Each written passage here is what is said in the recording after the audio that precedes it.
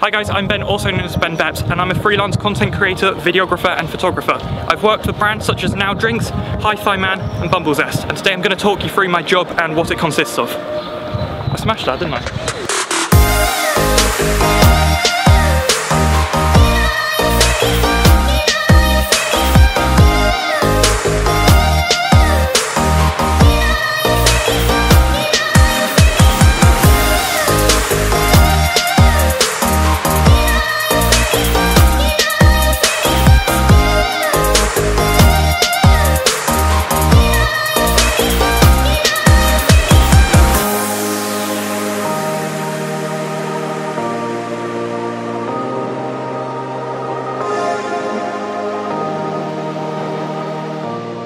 So one of the things which people confuse about my job often is they think I promote things on my Instagram page, which isn't true. I create videos of, for example, these headphones to send to the brand, which they then use in advertising campaigns. These campaigns are, for example, campaigns on Facebook where you pay for advertising, and these videos will then be displayed in between posts on people's feed, etc.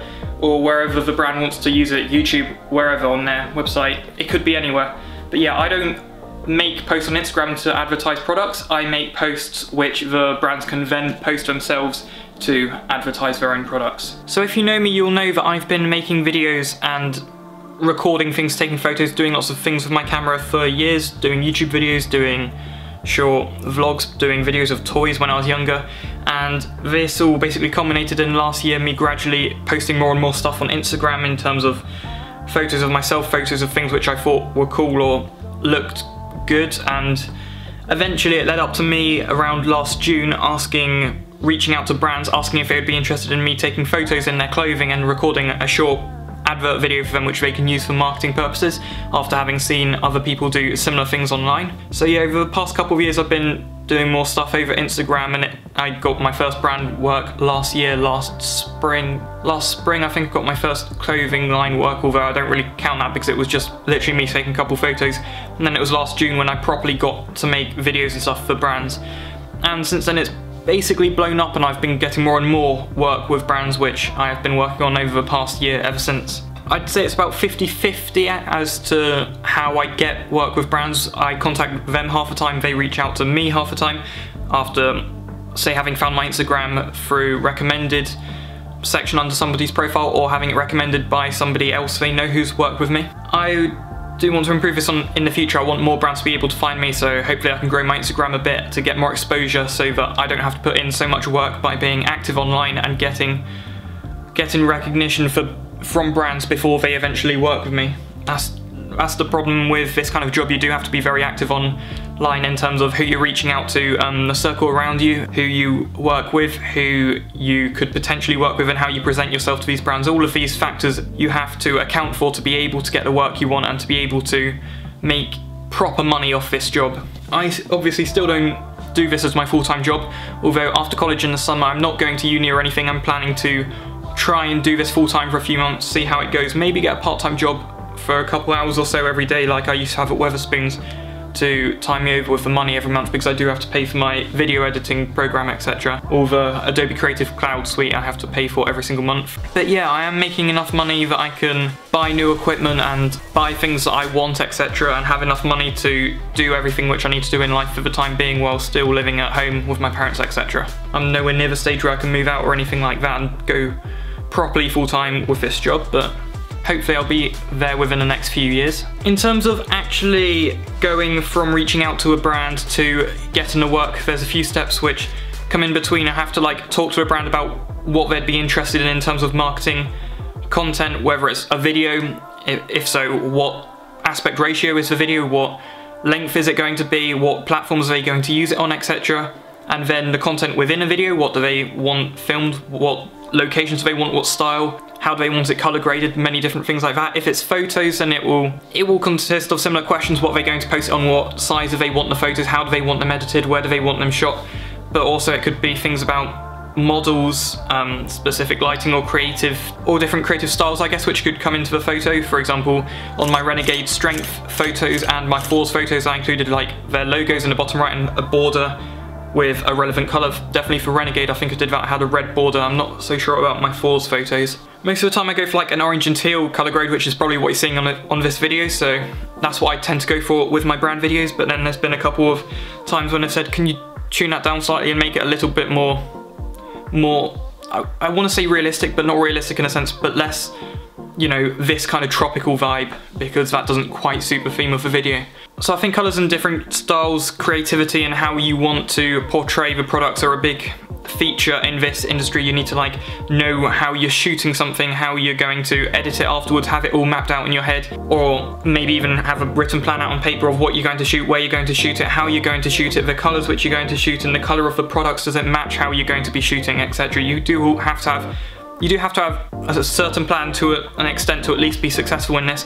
If you want to go up and over, then that's even better. You'll get more recognition from the brands, etc. I have definitely done more video work for brands than I've done photography work, although photography work I seem to enjoy more, in the sense that I can get more money in, I don't want to say a less amount of time, but in an easier fashion. Say I can do product photography against a black background that doesn't require going out to a certain location to shoot stuff, etc. And I charge the same amount for each photos because I'm going to be putting in a similar amount of editing time.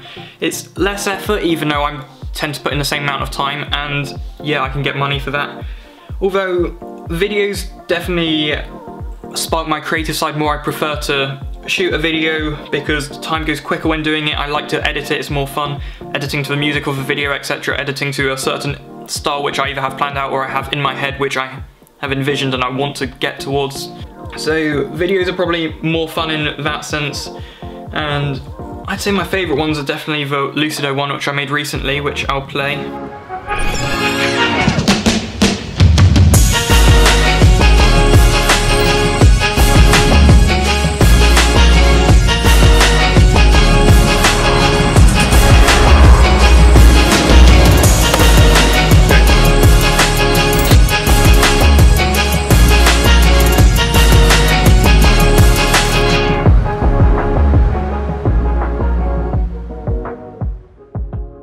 And I also like this video which I did for Non-Stop Nutrition back in November. I would definitely be able to make it so much better nowadays if I was to be able to reshoot and have the same opportunity. I'd make it a million times better, but in terms of what the video was, I felt it was really good. I had to model for it myself. It was just me and Marie in the gym, so Marie filmed for me. Although this ties me in nicely to my last point of what my job entails, apart from literally just creating content, who I am, etc. Basically, I'm a creative director as well as a photographer and videographer, so I can be behind the camera, and probably more often I'm in front of the camera, to be honest, because it's hard to find people to model or are willing to be in a commercial for me. In which case, I'll be in front of the camera, I'll be constantly interacting with the person who I'm either paying or who has volunteered to film for me. I'll be saying like, I want you to shoot from this angle, I want you to have this in focus, I want you to do such and such a thing with the camera, move it in a certain direction, and they'll do that for me. So I do have a big say in what's being filmed. They're not literally just standing there with the camera filming me. So I think that's the only problem with like modelling in my own things. It is the question, it's the feeling that people are going to perceive it as, well, he hasn't exactly done that work.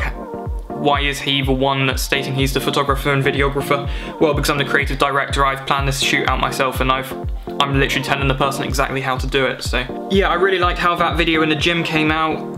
In the end, as I said, I could definitely do it better, but for my first video in the gym, not really having shot a fitness video before or directed a fitness video before, I think that came out pretty nice, and I don't know, I think it's just one of my favourites out of all the videos I've done. For these videos, I tend to put about 10 to 15 hours into each one, maybe an hour or two, maybe even 3 sometimes shooting, and then an extra 10 plus hours editing, because although editing isn't that complicated in terms of making product videos which are only about 30 seconds, I tend to struggle quite a bit with how I'm going to place clips and stuff. I'm very indecisive, and I guess I'm a perfectionist to a sense in how I'm going to edit something together, how I'm going to place the clips, how I need to make them flow into the story. Obviously I planned these clips beforehand, but even so, editing them is a difficult part for me. I always like struggle to make something look good, and I always re-go over things multiple times to make them look the best they possibly can. And then doing effects, everything takes multiple time. If you're doing like masks and stuff, that can be an hour just to do a mask of one clip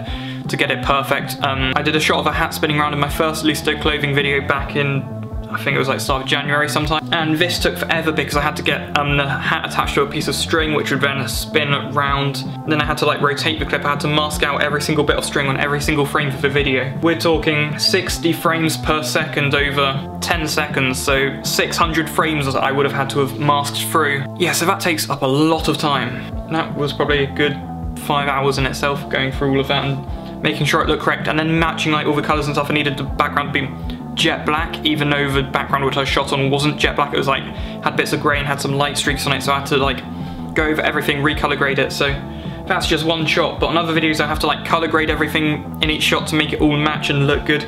Sometimes I'd have to mask out something, I'd have to add certain glitch effects, so yeah, the timing when editing adds up as well, so not fun in that sense. But it's rewarding when you see the outcome, definitely. So I think in conclusion that is everything I need to cover for this video, just a quick talk through of what my job consists of, how I go about it, how I've gotten work with brands, and what I need to do for this and what I take into consideration. If I was to give one piece of advice to anybody who wanted to go into this type of industry themselves, I would say don't focus so much on being good at photography and videography at first. I'd actually say focus more on being good at how you present yourself and how you present your work to brands, and not even your work, how you contact people yourself, how friendly you are in terms of talking to them and who your connections are. Definitely make sure that you're speaking to the right people when you're talking to brands, like message their marketing teams and stuff like that. Make sure you're friendly in how you come across, make sure you have a good, like, not a good portfolio in terms of how good your work is, but like a professional looking one with work of different genres or styles, etc., so they can look through and see what kind of level you can work to. And then even if your work isn't as good as other people's, if you presented yourself well by talking to them in this way and showing your portfolio in this way, I think you're much more likely to get work, and then from there you can just gradually improve as you make videos for different brands and take photos for different models or whatever you're going to be working on. That's my main tip for this industry. Be careful in how you approach brands and how you portray yourself, and you should be sweet if you can nail how you approach them and portray yourself. So thanks for watching, everybody. I hope you enjoyed. If you did, remember to like, subscribe to my channel. If you're new, turn on post notifications, and I'll see you in the next one. Goodbye.